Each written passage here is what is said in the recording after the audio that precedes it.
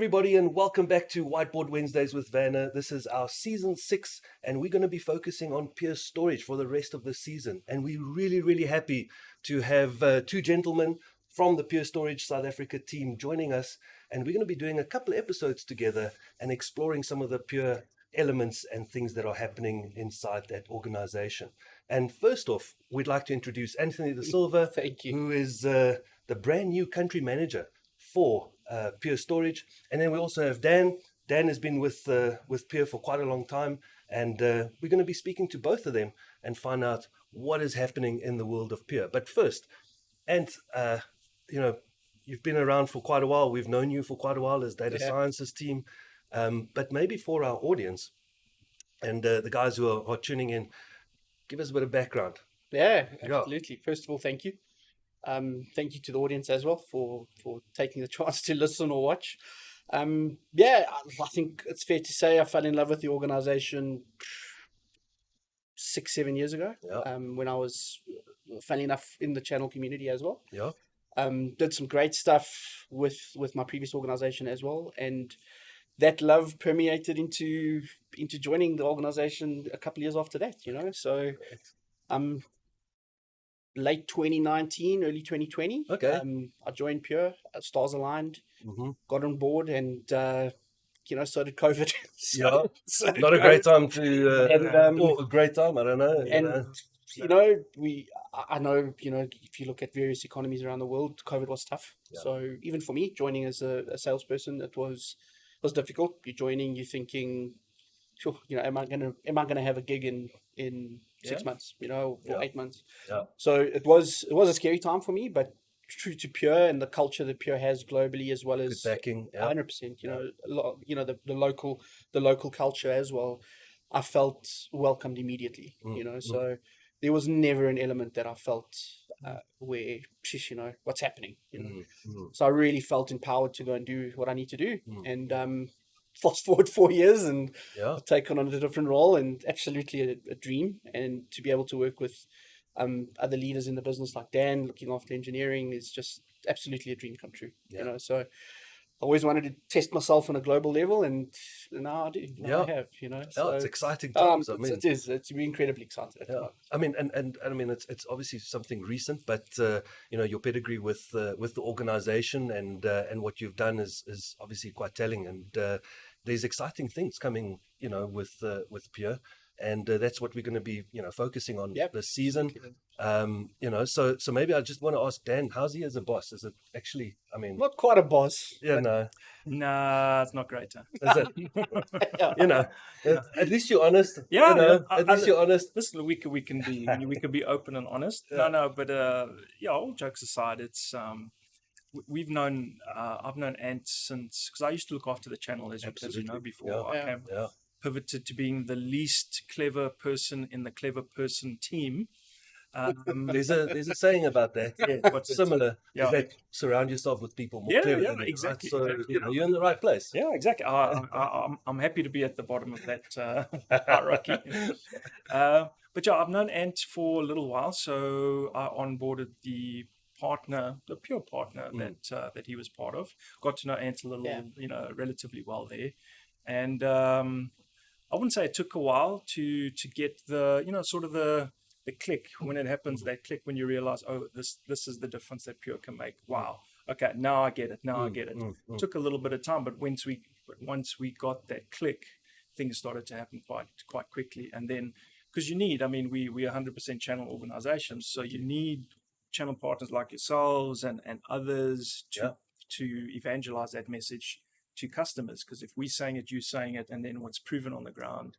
And that's what happened. That's what I think the journey for Anthony is that we were evangelizing, then he was evangelizing, then the solution goes onto the ground and the customer goes, wow, it's exactly what they said it was going to be and more. And I think that's where that alignment. And it makes a difference when you're in love, right? When you're in love with an organization and you wear the proverbial orange underwear on a Friday, and you're that passionate about what we do, and I am, right? And I know Dan is as well, and to serve the local business and to serve alongside Dan, as Dan leading the engineering side and me kind of the sales. that passion comes through all the time. Yeah. Right? Whether it's on a Friday with you guys, Yeah. on a Friday afternoon having a couple of beers, or with the other channel community, or the other members of our channel community, customers. I mean, we were blessed to spend some time in Cape Town last week. The passion is just And It's it's tangible, eh? It's tangible. it's almost cult following. Yeah. It's almost cult like. It is, Getting it cult is status, culty. yeah, It is yeah. culty. There's a lot of Kool-Aid that's floating around. yeah, So- absolutely. but that's what makes it fun. Yeah. That is what makes a difference to people. You know, it's transformative to people. So if you believe what we say and you see it happening on the ground, you know, and you guys have been a big part of that, data science has been a huge part of that. It is transformative. It's transformative to people on the ground. It's transformative to people in the organization and the organization as a whole. Yeah. And people can't go back to to the way it was before all flash, before efficiency, before data reduction, It's such before a simplicity. such They a can't go back. shift, eh? It's such a big Yeah. shift that to envision, you know, taking a step back is just Yeah. you know, Absolutely. And we had a nice little anecdote that we heard from a different person in the industry who was competing with ourselves jointly at a customer. And the head of storage would always tell him, he would say, "Bruh, let me show you my screen. Let me show you Pure One. Why can't you do Pure One? Okay, I would talk to you. Yeah. You know, I like your solutions or whatever, but But this is what's important to this makes my Yeah, job absolutely. easy, Yeah. easier. We make it real, right? Yeah, and you know, they can pull reports and they can show it to their management and have almost real-time information about what's happening in their entire fleet. Yeah, You know, yeah. that's very difficult to do for Yeah. other sort of legacy vendors. bringing that So- insight, bringing that Yeah. relevance. Yeah, You and know, that's the difference we make on the ground. That it's tangible difference to people that are working day in and day out with technology. Right, we have to make their lives easier, their jobs easier. And it's quite nice to hear, because that simple thing, the simpleness of what we do, makes a huge difference to people and to So- businesses. So, I mean, on this, we're starting to touch on that local market kind of take on things, right? And we're all interested in that. So, I mean, and your perspective, right? Taking this new, you know, area under your wing, you obviously got some ideas and some views on the local market. Absolutely. You know, not just from Pure's point of view, but, you know, more generic as well, competition side of things in terms of that. You know, the local conditions, how is that impacting things? And kind of, how do you see as a leader, you know, that kind of next couple of months to couple of years, you know, taking us in terms of the Pure story and how's it going to go forward? Look, I mean, myself and Dan were on a leadership call last night, and yeah, we're doing nicely. We're doing really, really nicely, and I think by a large part we are reintroducing our organization to the world. We've made some, as well as the local market as well, and I'll touch on it as well quickly. But we are reintroducing the organization. There are a lot of very disruptive, innovative things that we are planning, that we've publicly announced, that will become reality over the next 18 months. And I'm sure we'll go through those in a couple of the other episodes. But locally, if you had to overlay that locally, you're seeing a similar look and feel. We're seeing nice growth. We're hitting the numbers we need to hit, so we are doing okay. Yeah. But it is tough out there. Not gonna lie. Yeah, I mean, it's not easy, right? I mean, It's tough out there, right? But you know, I use a funny analogy. You know, sometimes the wolf at the bottom of the hill is hungrier than the wolf at the top, right? And Interesting. and we are not playing in verticals that we've never played in. We are still there's still buckets of TAM. absolutely right. Buckets of TAM to go and address. Buckets of markets to go and address. We have this year also made a subtle change to the business, so we're not quite RSA anymore. We but we are 11 countries now. So we are responsible Southern for Africa. Okay, so So kind of all the way up to the equator type of thing, Pretty much somewhere there. in that area, right? So more sub-Saharan Yes, focused. correct. Sub-Saharan, SADC, Indian Ocean Islands. Okay. So that expansion is Yeah, significant it's as well. started en masse this year. Yeah, absolutely. Where we are transacting in our neighboring countries, across the other side of the pond, not that way, to the right. Yeah. But it's super exciting. And I mean, and funny, you go back to the reintroduction of Pure.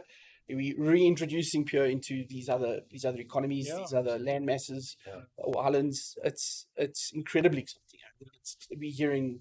We're hearing commentary. Where have you guys been our whole lives? It's you know, it's and- like Vadna, you've been here for a while, but Mm.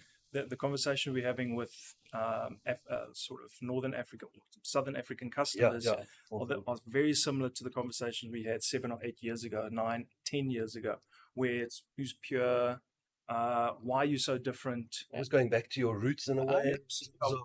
To bring that in. We don't believe you. There's a catch somewhere. No, what's this data What's reduction? this magic? What's this data reduction? Because they've been burnt, right? Yeah, In the past, they've been yeah, burnt by overzealous promises and that kind of stuff. So we're having very different conversations in South Africa versus Absolutely. out in Africa because we're just so new. But Yeah. the appetite for new and for different is so high in those markets because they've almost been static for the last maybe decade or whatever in terms of that area of enterprise technology. Ripe for disruption. Yeah, absolutely. And the organizations are highly skilled. I mean, There's if very you good think skills out if there. you think South Africa is relatively remote from our corporate head office, Mauritius is further, Yeah, and Madagascar is Yeah, further, and whole different dynamic. and those the financial services, the telcos in those Yeah, respective countries they have to They're be there. self-sufficient. They're big enterprise shops. Yeah.